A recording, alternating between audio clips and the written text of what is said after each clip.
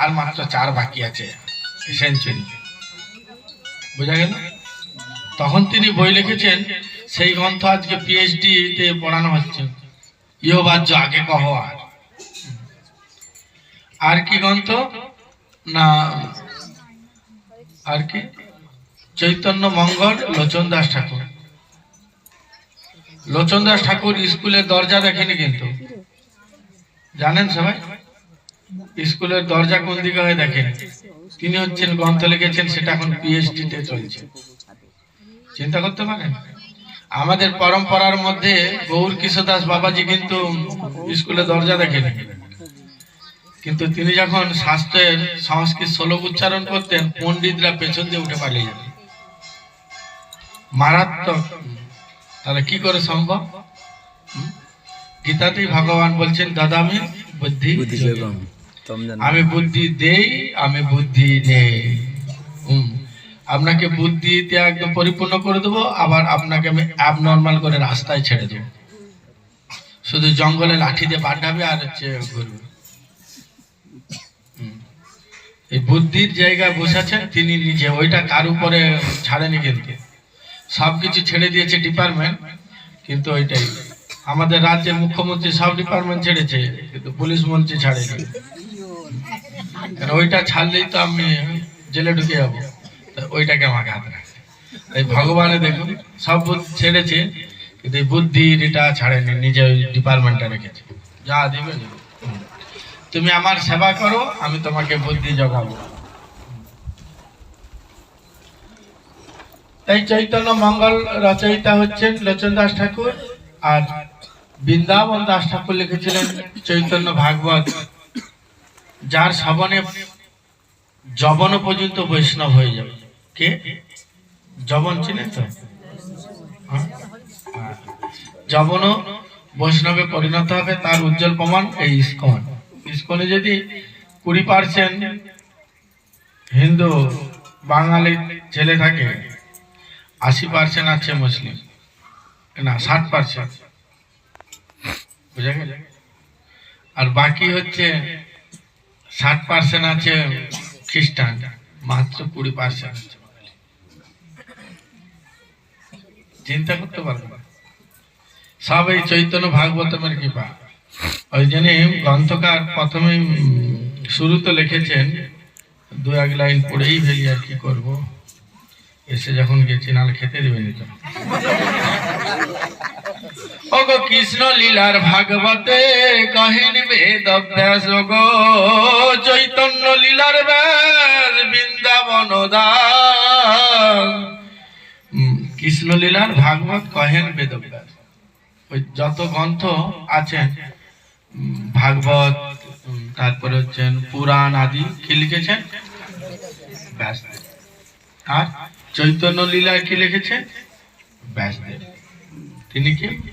ওগো বৃন্দাবন দাসে কইলেন চৈতন্য মঙ্গল, ওগো যাহার শ্রবণে নাসে সর্বয় মঙ্গল। তাই বৃন্দাবন দাস ঠাকুর হচ্ছেন এই চৈতন্য চরিতামৃতের যে চৈতন্য মহাপ্রভুর জীবন চরিত্র রেখেছেন, তাই তিনি হচ্ছেন কলিযুগের ব্যাসদেব, তিনি বৃন্দাবন দাস ঠাকুর। মনে থাকবে সবার? বৃন্দাবন। ওগো চৈতন্য নিতায়ের যাতে জানিও মহিমা, যাতে জানি কৃষ্ণ ভক্তির সিদ্ধান্তের সীমা। ভাগবতের যত ভক্তি সিদ্ধান্তের সার, লিখিয়াছেন তাহা জানি করিয়ায় উদ্ধার। অর্থাৎ ভাগবতের যে সিদ্ধান্ত যেগুলো ভক্তির, সেই সিদ্ধান্তকে নির্যাসটাকে চৈতন্য ভাগবতমে লিখেছেন কে? বৃন্দাবন দাস ঠাকুর। বুঝা গেল? মন দিয়ে শুনবেন কিন্তু। ওগো চৈতন্য মঙ্গল শুনে যদি পাষণ্ড যবন, সেও মহাবৈষ্ণব হয় ততক্ষণ। যদি এই গ্রন্থ কেউ শুনে, তাহলে সেই কি হবে? পাষণ্ড আর যবন। পাষণ্ড মানে বুঝেন তো? পাখণ্ডী বলে না, জানেন পাষণ্ড? আপনারা জানেন পাষণ্ড কাদের বলে? হ্যাঁ,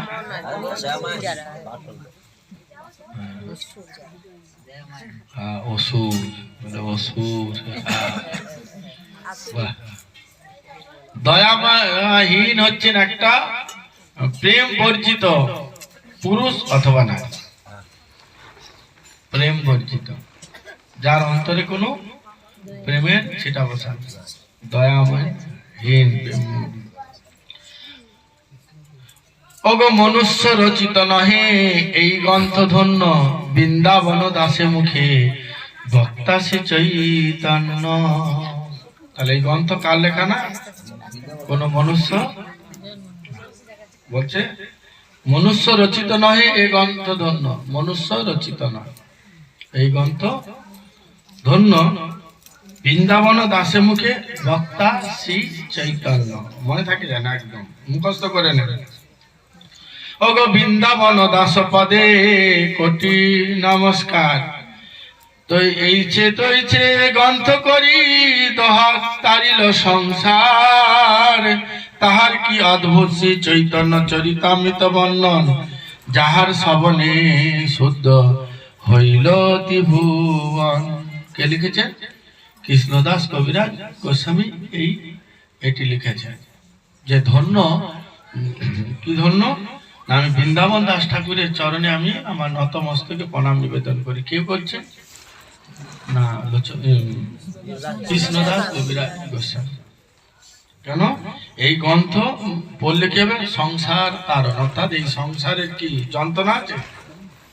আছে যন্ত্রণা আছে?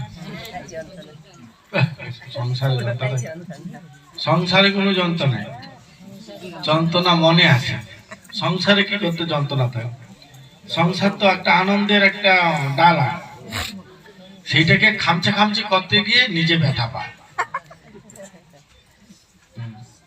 বুঝা গেল? খামচা খামচি মানে বুঝে তো, এটা আমার নয় আমার বলি। তাই সংসার কিন্তু ঠিক আছে,